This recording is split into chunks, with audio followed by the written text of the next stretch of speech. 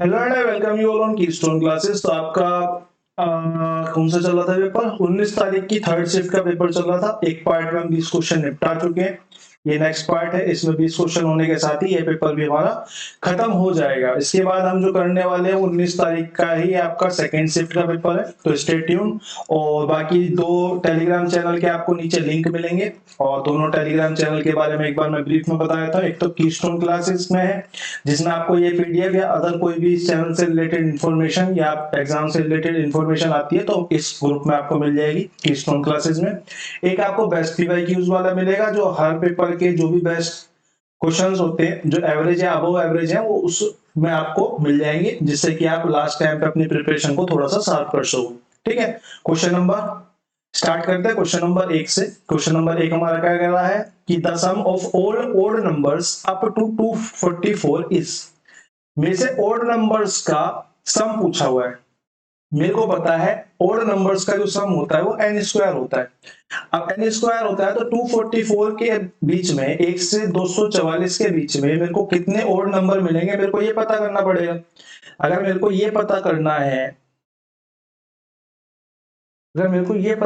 है कि मेरे को 1 से 244 के बीच में कितने ओड नंबर होंगे, मुझे पता है कि 122 ही ओड होंगे, 122 ही इवन होंगे। ठीक है, 122 ही ओड होंगे, 122 ही इवन होंगे। तो मेरे को सिर्फ n स्क्वायर में वैल्यू डालनी है। n की वैल्यू मेरे हिसाब से कितनी है? 122। तो मैंने डाल दिया 122। इसका स्क्वायर करेंगे तो कितना आ जाएगा हमारा? लास्ट में जो अंक आएगा मेरा 4 आएगा। इकाई का अंक जो आएगा वो मेरा 4 आएगा, जो कि मेरे को एक ही ऑप्शन में दिखाई दे रहा है। तो मेरा ऑप्शन नंबर आप कैलकुलेशन अपने हिसाब से करिए, मैं मना नहीं कर रहा हूं, लेकिन मैं आपको यूनिट डिजिट के हिसाब से दिखाऊं तो ये तीन ऑप्शन आपस में ही कैंसिल हो रहे हैं इकाई के अंक के हिसाब से। तो ऑप्शन नंबर 4 जो है वो हमारे यहाँ पे करेक्ट आंसर हो जाएगा। क्वेश्चन नंबर 1 के बाद क्वेश्चन नंबर 2 पे चलते हैं। A sum is divided between 4 persons P, Q, R, S। कितने रेशो में? 3, 5, 7, 9 के ratio. The share of S is 3648। S का जो शेयर है वो 3648 है, जबकि मेरे को पता है कि रेशो के हिसाब से एस कितना। क्वेश्चन को पढ़ते पढ़ते ही सोल्व करेंगे। तो मेरे को पता है कि एस का जो है रेशो 9 है। मेरे से यह पूछा क्यू और आर का कुल हिस्सा बताओ। क्यू और आर का कुल हिस्से की अगर मैं बात करूं तो पी क्यू आर यानी कि 7 और 5 12, यानी कि 12 की वैल्यू मेरे से पूछ रहा है। मैं 3 से काट देता हूं, 3 चौक 12, 3 तिया 9, 3 से एक बार से काट देंगे, 3 एकम 3, 3 दूनी 6, 3 एकम 3, 3 6 18। अगर मैं यहां से भी क्यू और आर का पी क्यू आर का 7 और 5 12 ही तो बनेगा, 12/9। ठीक है, क्या गड़बड़ हुई? गड़बड़ तो कुछ नहीं हुई, गड़बड़ तो कुछ नहीं हुई। 4 तिया 12 कटेगा नहीं, 4 तिया 12 कटेगा। तो मैं देखूं अगर यहां से इकाई का अंक तो 6 तिया 18। ये फिर गड़बड़ आ रहा है। मेरे से एस का हिस्सा बोला है, सॉरी मेरे से यहाँ पे एस का हिस्सा बोला है, पूरा ही काट देता हूँ। मेरे से यहाँ पे मेरे को यहाँ पे एस का हिस्सा बोला है कितना? एस का हिस्सा है 3648। मेरे हिसाब से P Q R S, S का जो हिस्सा है वो 9 नहीं है। The sum of S P Q R S, ये जो 6 है, ये जो 9 है ना, ये एक्चुअल में 9 नहीं है, ये टाइपिंग मिस्टेक है, ये 6 होना चाहिए। ठीक है, तभी आंसर आएगा। हाँ, ये जो 9 है ये 9 नहीं है, टाइपिंग मिस्टेक हो गई है शायद, और ये 9 ना होके 6 है। ठीक है, तभी गड़बड़ हो रहा है। तो अगर इसका हिस्सा इतना है, मेरे हिसाब से 6 है, तो मेरे को 12 का हिस्सा चाहिए। तो मैं 6 दूनी 12 काट दूंगा, तो इकाई का अंक मेरा कितना आ जाएगा? 6 आ जाएगा। एक बार मेरे को आप कैलकुलेशन करके बताओ क्या आंसर हमारा ठीक आ रहा है? 7296। ये जो एस का हिस्सा है टाइपिंग मिस्टेक की वजह से गलत हुआ है। जहां तक मैं एक बार देख लेता हूँ। 8 दूनी 16 का 6, 1 हासिल, 4 दूनी 8 और 1 9, 6 दूनी 12 का 2, 1 हासिल, 3 दूनी 6 और 1 7। ठीक है, बिल्कुल करेक्ट आंसर है हमारा। 9 के हिसाब से आंसर ही नहीं आएगा, ये टाइपिंग मिस्टेक की वजह से यहाँ पे पता नहीं मेरे से 9 लिखा गया है। ठीक है, वैसे है। क्वेश्चन नंबर 3 देख लेते हैं।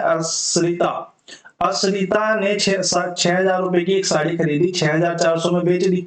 लाभ का प्रतिशत बताओ, कितने का लाभ हुआ? यहाँ से देखते ही पता चल रहा है 400 का। कितने पे लाभ हुआ? 6,000 पे लाभ हुआ। तो मल्टीप्लाई बाई 100 करेंगे तो 2 जीरो से 2 जीरो खत्म, 1 जीरो से 1 जीरो खत्म, 6 से मैं इसको काटूंगा तो 6 6 36, पॉइंट लग जाएगा और 6 6 36 6 6 37 इन्फिनेटिव में सीरीज चलेगी, जिसको मैं बोल सकता हूँ 6.7%, यानी कि ऑप्शन नंबर 3 जो है वो हमारा यहाँ पे करेक्ट हो जाएगा। क्वेश्चन नंबर 3 के बाद क्वेश्चन नंबर 4 पे चलते हैं। हिंदी में आपको लेफ्ट में दिख रहा, इंग्लिश में आपको लेफ्ट में दिख रहा होगा, हिंदी में आपको राइट में दिख रहा होगा, ऑप्शंस आपके यहाँ पे दिए हुए। Study the bar graph and the answer of the question that follows. The bar graph represent the number of vehicles in thousand manufactured by two automobile companies A and B over the years 2015 to 19। तो question मेरे से पूछ रहा है, बाद में देखेंगे। What is the difference between the number of vehicles manufactured by company B in 2015 and the number of vehicles manufactured by company A in 2017? मेरे से यहाँ पे डिफरेंस पूछ रहा है और जो नंबर्स है वो थाउजेंड्स में है, ठीक है। तो मेरे से पूछा है बी में 15, बी यानी कि ये वाला 2015 की अगर मैं बात करूं 760, और ए में 2017 यानी कि 690, यानी कि 750 और 690 के बीच में कितना गैप है मेरे को यहां से दिखाई दे गया, कितना गैप है, यहां से 60 का गैप आ रहा है भाई। बी 2015 760 है, सॉरी 760 है ना कि 50 है, तो यहाँ से 70 का गैप आएगा, क्योंकि वो थाउजेंड्स की बात कर रहा था तो 1000 से मल्टीप्लाई कर देंगे तो 70,000 जो है वो हमारा राइट आंसर आ जाएगा, ऑप्शन नंबर 1। ठीक है, क्वेश्चन नंबर 4 के बाद क्वेश्चन नंबर 5 पे चलते हैं। A sum of money becomes 16 times in 4 years. 4 साल में 16 गुना हो जाती है, ये तो कह रहा है।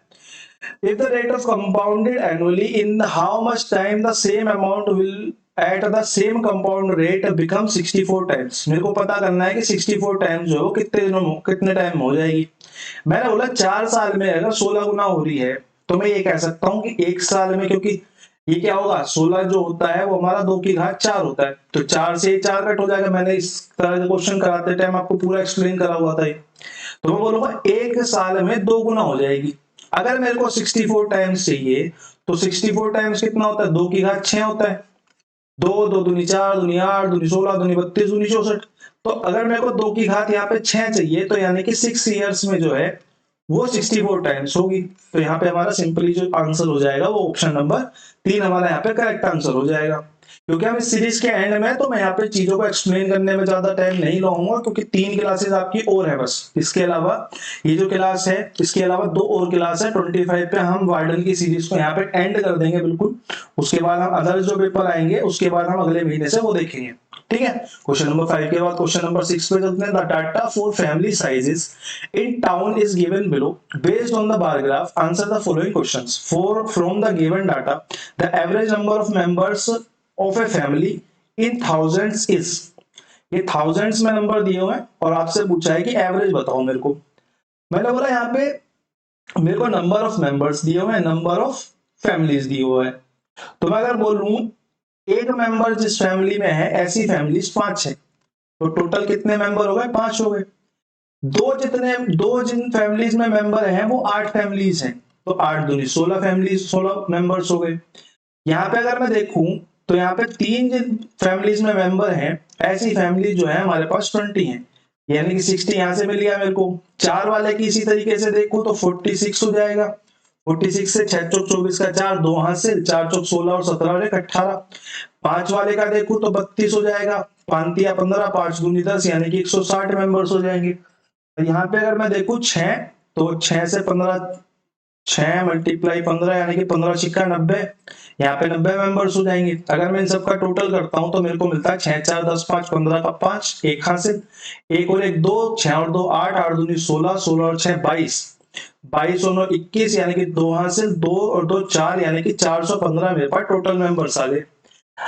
अगर मैं नंबर ऑफ फैमिलीज की बात करूं तो मेरे पास यहाँ पे एक फैमिली है, 1 2 और 1 3, 3 और 3 6, 6 4 10, 10 5 15 और 6 21। टोटल फैमिलीज कितनी है, 21। टोटल मेंबर्स कितने, 41, सॉरी 415, 415 टोटल मेंबर है, 21 टोटल फैमिलीज हैं, ठीक है। तो मैं अगर यहां से कट डाउन करता हूं इसको तो ये आएगा हमारा, ये तो नहीं कट रहा भाई, ये कुछ गड़बड़ है क्वेश्चन में ना। दिए गए आंकड़ों के अनुसार एक परिवार में सदस्यों की औसत संख्या कहता हूं, ठीक है, कोई दिक्कत नहीं है, औसत संख्या तो बतानी है।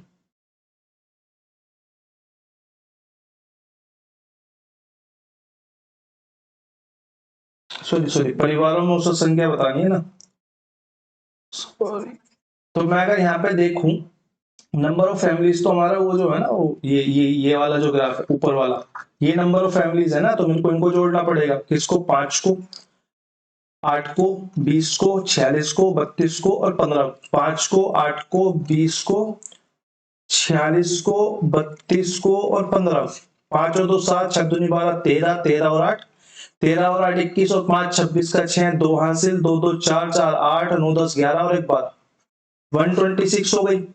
Total members 415, families total 126। मैं इसको इससे काटूंगा तो नियर बाय काट के देख लेते हैं, क्योंकि सारे अंक अलग अलग है, बस 5 वाला सेम है यहाँ पे। ठीक है, अगर मेरे को ऑप्शन नहीं पता तो मैं बोलूंगा 5 वाला सेम है, बाकी सब अलग अलग है, तो नियर बाय काट के देख लेते हैं। 12 पंजे 60, पंजे पे तो जाएगी नहीं मारनी, तो ये दोनों ऑप्शन तो वैसे ही कट हो गए। 12 चौक 48, यार तो भी गड़बड़ आ रहा है। 12 चौक 48, अब भी गड़बड़ आ रहा है भाई, अब भी गड़बड़ आ रहा है। कुछ गड़बड़ कर दी क्या हमने प्लस माइनस में? एक बार दोबारा देख लेते हैं। 4 चौक 16, 6 चौक 24, ठीक है। 5 तिया 15, 5 दूनी 10, 15 छिक्का 90, ठीक है। 6 और 5 11 और 4 15 का 5, एक हासिल 2, 6 और 2 8, 8 दूनी 16, 16 और 4 20, 20 और 2 22 और 9 31 का 3, 3 हासिल और ये आएगा 5, 3 और 2 5, सॉरी 5 आएगा। 12 दूनी 36, 12 तीन 54, 12 दूनी 24, 12 तीन 36, 12 चौका 12 चौक 48 होता है, 12 पंजे 60 ज्यादा हो जाएगा, 12 चौक 48 पे चली जाएगी माननी, यानी कि 4 पॉइंट समथिंग पे जाएगी। तो हमें यहाँ पे एक ही ऑप्शन दिख रहा है जो 4 पॉइंट समथिंग पे है, बाकी आप लोग काट के देख सकते हो। 4.09 जो है वो हमारे यहाँ पे करेक्ट आंसर हो जाएगा। क्वेश्चन नंबर 6 के बाद क्वेश्चन नंबर 7 पे चलते हैं। The rain water from a flat roof 12 metre long 10 metre wide, ठीक है, एक रूफ है 12 मीटर लंबी और 10 मीटर चौड़ी, उसमें एक पानी रेन वाटर कलेक्ट होता है। Wide is collected in A tank, अब इसका जो पानी है टैंक में कलेक्ट हो रहा है। इंटरनल मेजरमेंट जो है उसकी क्या है? Internal measurements are 2 metre long, 2.5 metre wide, 4 metre deep, ठीक है। अब यहाँ पे कलेक्ट हुआ और यहाँ पे एक टैंक बना हुआ है, इसमें कलेक्ट हो रहा है, ठीक है, इसमें कलेक्ट हो रहा है। क्या बोला? 2 मीटर लंबा है ये जो टैंक है, 2 मीटर लंबा है, 2.4 मीटर चौड़ा है और 4 मीटर बड़ा है, डीप है, गहराई जो है 4 metre. Before it started raining it is half full and after the rain it is fully full. यानी कि अगर मैं बात करूं पहले जो है वो हाफ फुल था, तो बाकी बचा हुआ हाफ रेन ने फुल करा होगा, इतनी रेन की कैपेसिटी हो गई। मैं बोलूं छत जो है वो 12 मीटर लॉन्ग है और 10 मीटर वाइड है। अगर 12 मीटर लॉन्ग है और 10 मीटर वाइड है, तो बस मेरे को ये तो पता करना है कि उसकी कितनी ऊंचाई की उसमें बरसात गिरी। तो वर्षा की ऊंचाई पूछी है मेरे से, मल्टीप्लाई में वर्षा की ऊंचाई के लिए एक्स लिख देता हूं। अब मैं आमने सामने काट लूंगा जितने कट सकेंगे, लेकिन क्योंकि मेरे को सेंटीमीटर में पूछा हुआ है तो मेरे को इन सबको सेंटीमीटर्स में चेंज करना पड़ेगा। इन सबको जब मैं सेंटीमीटर में चेंज करूंगा तो ये कितना जाएगा? 1200, ये 10 हो जाएगा क्योंकि 1 मीटर में 100 सेंटीमीटर होते हैं, मल्टीप्लाई बाई एक्स, और 2 मल्टीप्लाई बाई 2 को हो जाएगा 200, और 2.4 का हो जाएगा 240 और 4 का हो जाएगा आपका 400, ठीक है। बस अब जितना लिखा हुआ है तो ना काट देते हैं, 1/2 हो जाएगा। और वर्षा की ऊंचाई पूछी है आपसे, वर्षा की ऊंचाई निकल के आ जाएगी भाई, 2 जीरो 2 जीरो और 3 जीरो, 5 जीरो कटनी चाहिए, 1 2 3 4 और 5 सारी जीरो कट गई। 4 से मगर से काट दूं तो ये 4 तिया 12 हो जाएगा। 3 से अगर इसे काट दूं तो 3 अट्ठे 24 हो जाएगा। 2 से अगर मैं इसे काट दूं तो मेरे पास x की वैल्यू कितनी आ जाएगी? 8 सेंटीमीटर आ जाएगी। 8x क्या माना था हमने? जितनी ऊंचाई बारिश की हुई है वो हमारा राइट आंसर आ गया। ऑप्शन नंबर 2 जो है हमारा करेक्ट आंसर हो गया। क्वेश्चन नंबर 7 के बाद क्वेश्चन नंबर 8 पे चलते हैं। क्वेश्चन नंबर 8 हमारा कह रहा था square plate of side 220 centimetre, weight 200 gram. एक स्क्वायर प्लेट है जिसका जो वजन हमें दिया हुआ है वो 200 ग्राम दिया हुआ है। वैसे तो मैंने ये वो बना दिया, आया तो बना दिया, लेकिन ये स्क्वायर है, ठीक है। यानी कि अगर मैं बोलूं इसकी साइड्स बराबर हैं तो साइड जो है वो 20-20 होंगी, अगर 200 ग्राम पूरी प्लेट का वजन है तो मैं अगर निकालना चाहूँ 1 सेंटीमीटर स्क्वायर में कितना वजन होगा तो मैं निकाल सकता हूँ। मैं बोलूंगा भैया 400 centimetre square is equal to 200 ग्राम।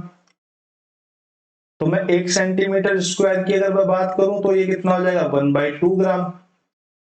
ठीक है, यहां से मेरे को बोला इसने फिर आगे कि 14 सेंटीमीटर व्यास वाली एक गोलाकार डिस्क इसमें से निकाल ली गई। इसमें से एक 14 सेंटीमीटर व्यास वाली एक गोलाकार डिस्क निकाल दी गई।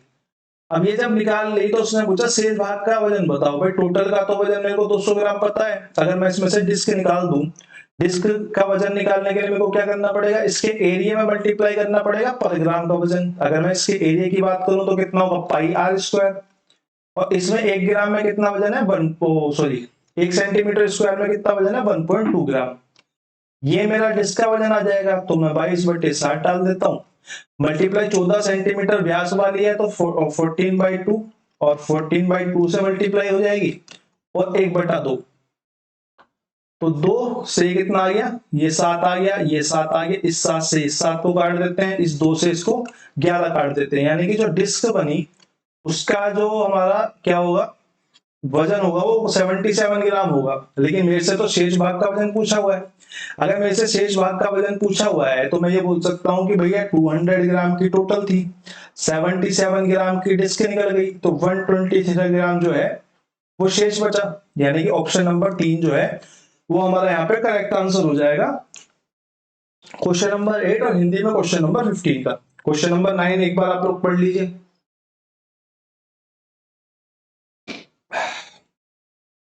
पाइप ए और बी एक टंकी को क्रम से 20 और 28 मिनट में भर सकते हैं। 20 मिनट में 28 मिनट में भर सकते हैं। पाइप सी उसे 40 मिनट में खाली कर सकता है। यानी कि अगर मैं इन दोनों स्टेटमेंट्स को लिखूं तो ये ए प्लस कर रहा है, बी प्लस कर रहा है और सी माइनस कर रहा है। ए कितने प्लस कर रहा है 20 में पूरा भर देगा, बी 28 में पूरा भर देगा, सी जबकि पूरे को खाली कर देगा 40। यहां से मैं टोटल कैपेसिटी निकाल सकता हूं। मैंने बोला टोटल कैपेसिटी के लिए मैं 28 लिख लेता हूं और 4 7 28 होता है, 4 5 20 लिख लेता हूं और 5 चौक 20 होता है तो 1 2 की मल्टीप्लाई और कर लेते हैं।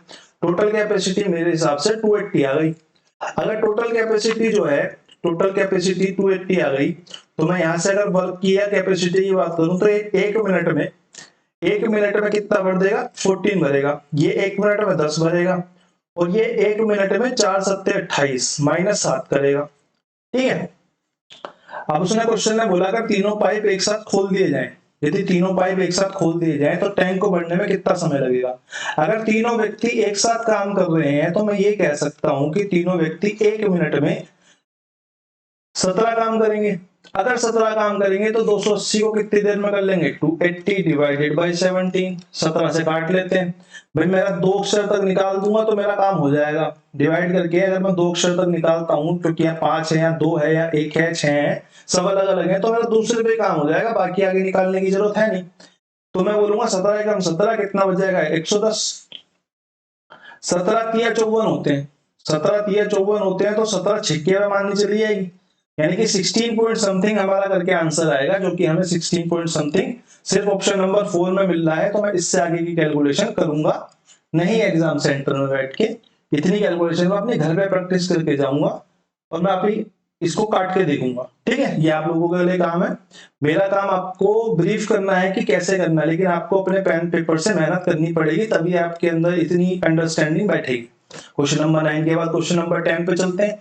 A cyclist cover a distance of 280 metres in 2 minutes 20 second. What is the speed of cyclist. मेरे को यहाँ पे डिस्टेंस दिया हुआ है, मेरे को यहाँ पे टाइम दिया हुआ है और मेरे को स्पीड निकालनी है। अगर मेरे को स्पीड निकालनी होती है तो मैं क्या करता हूँ डिस्टेंस अपोन में टाइम रखता हूँ। ठीक है, बस मेरे को ये निकालना है तो मैं यहाँ से निकाल दूंगा। बस किलोमीटर प्रति घंटा में ये याद रखना, ये जो है मीटर प्रति सेकंड में स्पीड आएगी, किलोमीटर प्रति घंटा में चेंज करने के लिए आपको 18/5 से यहाँ मल्टीप्लाई करना पड़ेगा। ठीक है, तो ये क्वेश्चन जो है वो आपके होमवर्क में हो गया। क्वेश्चन नंबर 10 के बाद क्वेश्चन नंबर 11 पे चलते हैं। एक चुनाव में केवल 2 उम्मीदवार हैं। ठीक है, एक उम्मीदवार को 40% वोट प्राप्त हुए क्योंकि को टोटल 2 उम्मीदवार, तो मैं यहाँ से सीधा कह सकता हूँ दूसरे को 60% वोट मिले होंगे। दूसरे उम्मीदवार द्वारा 268 वोटों से हार गया। मेरे हिसाब से 20% वोटों से हारा, इसके हिसाब से 268% के हिसाब से हारा। तो मैं अगर सीधा बोलूं तो 20% की वैल्यू मेरे हिसाब से 268 होनी चाहिए। टोटल संख्या निकालने के लिए 100% की वैल्यू मेरे को यहाँ पे निकालनी है। तो क्या ये मुझे कराने की जरूरत है? मुझे बिल्कुल नहीं लगता कि मुझे कराने की जरूरत है। तो ये आपका होमवर्क में हो गया। क्वेश्चन नंबर 12 देख लेते हैं। For 9 inning Amit has a certain run rate. In the 10th inning he scored 110 run, thereby increasing his run rate by 8 runs. मैंने बोला मेरे को पता है इस क्वेश्चन को कैसे डील करना है। नो में अगर एवरेज x था तो मैं बोलूंगा 10 में जो एवरेज हो गया वो 10 प्लस में 8 हो गया, x प्लस में 8 हो गया। यानी कि ये जो 80 रन हैं, 80 रन तो इसने आते ही 10वीं इनिंग में जितने भी रन बनाए उसमें से 80 रन तो यहाँ बांट दिए। अगर 80 रन यहाँ बांट दिए हैं तो मैं बोलूंगा 30 तो पहले एवरेज था, 30 तो पहले एवरेज था क्योंकि यहां से निकल गया है। और 80 रन जब बांट दिए थे तो जो नया एवरेज आया वो 30 प्लस में 8 आया, यानी कि 38 आ गया। जो पूछा है बता दो, उसका नया रन रेट पूछा है, नया रन रेट मेरा +8 आएगा, यानी कि ऑप्शन नंबर 2 हमारा यहाँ पे करेक्ट हो जाएगा। क्वेश्चन नंबर 12 के बाद क्वेश्चन नंबर 13 पे चलते हैं। Merchant marks the price of an article above 65% of its cost price. मैंने बोला कॉस्ट प्राइस अगर 100% है तो उसने मार्क कितना करा? उसने मार्क 165% करा। ही allows a discount of 100 rupees on its mark price and gets a profit of 225 rupees by selling it. The cost price of the article is, मैंने बोला भाई एक बात बताओ, तो 100 रुपए का, इस क्वेश्चन को तरीके दो हैं करने के, ठीक है, मैं आपको कन्वीनियंट वाला समझाता हूँ। मैं बोल रहा हूँ कि अगर वो डिस्काउंट 100 रुपए का देके 225 का प्रॉफिट कमा रहा है तो मैं बोलता हूँ अगर वो डिस्काउंट देता ही ना तो एक्चुअल में वो 325 रुपए कमाता। और जब वो 325 रुपए कमाता तो वो आर्टिकल जो है वो 65% एक्स्ट्रा होता है, यानी कि कॉस्ट निकाल दूं तो मैं तो 65% की वैल्यू मेरी 325 बनेगी। अगर 65% की वैल्यू 325 बनेगी तो मैं 100% की निकाल सकता हूं। 325 बटे में 65% मल्टीप्लाई बाई 100%। परसेंट से अगर मैं परसेंट काट दूं, इसको बोलूं 6 पंजे 30 तो कोई दिक्कत नहीं है। तो मैं बोलूंगा कॉस्ट प्राइस जो है मेरे यहाँ से 500 रुपए निकल के आ जाएगा। ठीक है, और भी तरीका इसका है, नहीं वो फालतू में फंसने वाली बात है, कोई फायदा है नहीं। अगर वो 100% की छूट नहीं देता तो वो अंकित प्राइस पे बेचता, और जो अंकित मूल्य है वो 65% ज्यादा है, यानी कि अगर मैं 225 को 100 को जोड़ दूं तो 65% के बराबर आ जाएगा। ऐसा होगा तो मैं 100% की वैल्यू इजीली निकाल सकता हूं। क्वेश्चन नंबर 13 के बाद क्वेश्चन नंबर 14 देखते हैं। सलीना ने ब्याज की दर के रूप में कई वर्षों के लिए साधारण ब्याज पर 1450 रुपए का ऋण लिया। यदि उसने ऋण अवधि के अंत में ब्याज के रूप में 522 रुपए का भुगतान करा हो। सलीना ने ब्याज की दर संख्यात्मक रूप में, ये थोड़ा सा हिंदी में गड़बड़ हो गया, इंग्लिश में पढ़ लेते हैं। Salina took a loan of 41450 on simple interest as many years as the interest rate, यानी कि रेट जो है और जो ईयर्स है, टाइम जो है वो बराबर है। ठीक है, ये बोलना चाह रहा है। और अंत में 522 का भुगतान करा। भाई मैं बोला मेरे को कंपाउंड नहीं बोला है तो ये तो सिंपल इंटरेस्ट का केस है और वो बहुत सिंपल है। P into R into T upon 100 is equal to interest क्या होता है। अगर मैं यहाँ पे डाल दूं तो मेरे को प्रिंसिपल दिया हुआ है कितना, 1450। रेट मेरे को पता ही नहीं है कितनी है, लेकिन ये बोला है कि रेट जितनी है उतना ही टाइम है, तो मैं टाइम को भी रेट ही लिख लेता हूं। Upon 100 is equal to 522। ठीक है, 522। और अगर मैं इसको काटना चाहूं तो ये 0 से 0 खत्म, 5 से 5 दूनी 10 और 5 नहीं 45, ये 2 हो जाएगा। और 29 से इसको काटूंगा तो 29 वंजा 9 सत्ते 9 अट्ठे 72, 9 अट्ठे 72।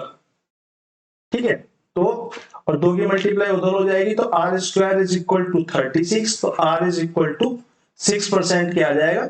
अगर आपसे पूछता है रेट कितना था, 6% था, टाइम पूछेगा तो 6 ईयर था।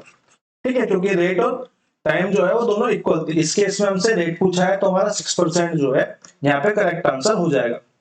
क्वेश्चन नंबर 15 देख लेते हैं। इकाई का अंक पूछा है, सिंपल सा क्वेश्चन है, ज्यादा टाइम लगाते इसको आपको होमवर्क में रख देते हैं।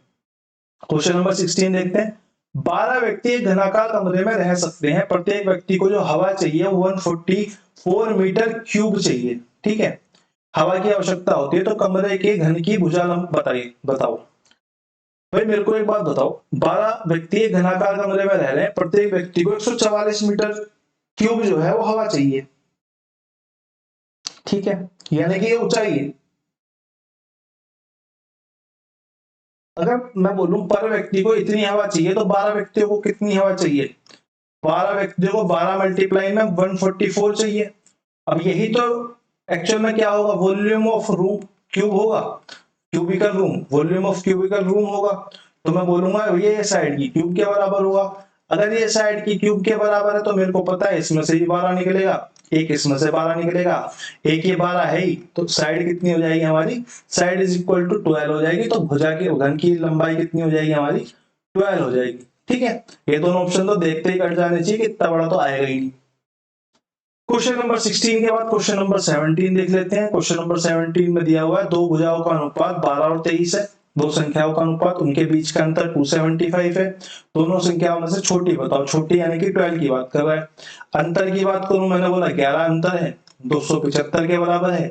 एक की वैल्यू कितनी हो गई, 11 दूनी 22, 11 पंजे 55 में से छोटी यानी कि 12 की पूछा है, यानी कि 25 मल्टीप्लाई 12 यानी कि 25,300 जो है वो हमारा यहाँ पे करेक्ट आंसर आ जाएगा, ऑप्शन नंबर 1। मेरी स्पीड को लेके किसी को दिक्कत हो रही हो तो आप थोड़ा पॉज करके आराम से देख सकते हैं, क्योंकि सीरीज का लास्ट है, मैं ज्यादा समझाने में, क्योंकि मैं 20-22 क्लास समझा चुका हूं तो 2-3 क्लास थोड़ा जल्दी जल्दी भी खत्म हो जानी चाहिए, ठीक है, क्योंकि प्रैक्टिस क्लासेस ही है।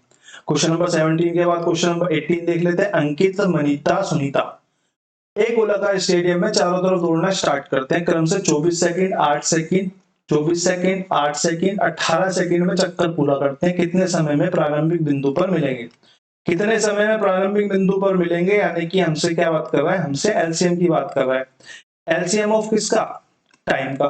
24, 8 और 18, अगर मैं इनके एलसीएम की बात करूं तो कैसे निकालूंगा, बड़ी संख्या लिखूंगा 24 मल्टीप्लाई में जो संख्या इसमें नहीं है 8 या 24, 8 तो पूरा का पूरा है, और यहां से बात करूं तो मैं 9, 6, 6 18, 6 चौक 24, तो यहां से 3 नहीं है, तो 24 दिया 72 सेकेंड जो है हमारा एलसीएम आया, और यही हमारा जो है वो राइट आंसर हो जाएगा, ऑप्शन नंबर 1 हमारा करेक्ट हो जाएगा।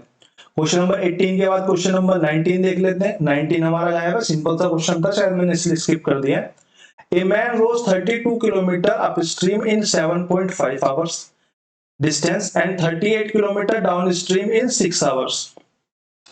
The speed of the man is still water. अगर मैं क्या बात करूं, अपस्ट्रीम की बात करूं, तो यहाँ पे अगर मैं बोट की बात करूं, स्पीड की बात करूं, तो ये बोट की धारा को इंग्लिश में क्या कहते हैं, स्ट्रीम, है ना।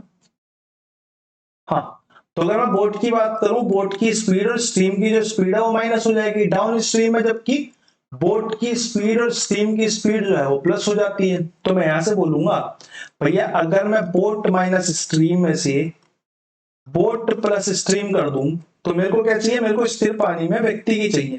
तो अगर मैं इन दोनों को प्लस कर देता हूं तो यहाँ पे 2b बचेगा, 2b बचेगा, यानी कि 2b इक्वल किसके हो जाएगा, अगर मैं इसको इसको रख देता हूं इसमें, भाई 32 किलोमीटर पर आवर 7.5 आवर्स में, प्लस में 38 किलोमीटर पर आवर 6 में, तो 2b की वैल्यू मेरे पास यहाँ पे निकल के आ जाएगी। यहां से अगर मैं इसको काट देता हूं, थोड़ा सा कॉम्प्लिकेटेड बनेगा ना, कोई बात नहीं, मैं काम करता हूँ इसको 2 से काट देता हूँ ना, 19 और 2 दिया, 3 से बोलूंगा तो ये 1.5 की मल्टीप्लाई हो जाएगी, तो 19 और ये आ जाएगा हमारा 32 प्लस में 19 और 9 दूनी 18 यानी कि 9.5, यानी कि 9 दूनी 18 यानी कि 28.5 बटे में कितना आ जाएगा 7.5 के, ठीक है, एलसीएम लेके हमने जोड़ दिया बस। 3 दूनी 6, 2.5 की होगी यार, सॉरी 2.5 की मल्टीप्लाई होगी, 19 में होगी 2.5 की मल्टीप्लाई 19 में 2.5 की मल्टीप्लाई होगी तो 19 दूनी 38 और 38 प्लस में 9.5 कितना हो जाएगा 0.5, 9 और 8 17 का 7 एक हासिल, 3 और 1 4, यानी कि 47.5 इसमें और प्लस हो जाएगा 32 में, तो ये आ जाएगा 5, 7 और 2 9, 4 और 3 7, ये आ जाएगा 79.5। 79.5 को जब हम किससे काटेंगे 7.5 से, तो ये हमारी 2b की वैल्यू आ जाएगी। 2b की वैल्यू आएगी 79.5 अपॉन में 7.5। पॉइंट से पॉइंट कट कर देते हैं, इस 2 को उठा के नीचे ले जाते हैं। अगर मैं 5 से काटने जाऊंगा, 5 से काटने, इसको बोल देते हैं 75 दूनी 150। 150 अगर मैं इसको बोल देता हूं तो 15 से काट लेता हूं। 15 चौका 60, 15 पंजे 75 और 15 तिया 45, यानी कि 5.3 हमारा जो है वो यहाँ पे राइट आंसर आ जाएगा, क्योंकि 0 का पॉइंट लग जाएगा। तो ऑप्शन नंबर 2 जो है वो हमारा यहाँ पे करेक्ट आंसर हो जाएगा। आई होप आप लोगों को क्लास पसंद आई होगी। Do like, share and subscribe to the channel. ठीक है, बाकी आप लोगों से मुलाकात होती है अगली क्लास में, जो कि मैं अभी रिकॉर्ड करके डालूंगा, क्योंकि मेरे को बाहर जाना है, तो मैं इसको रिकॉर्ड करके डालता हुआ जाऊंगा। ठीक है।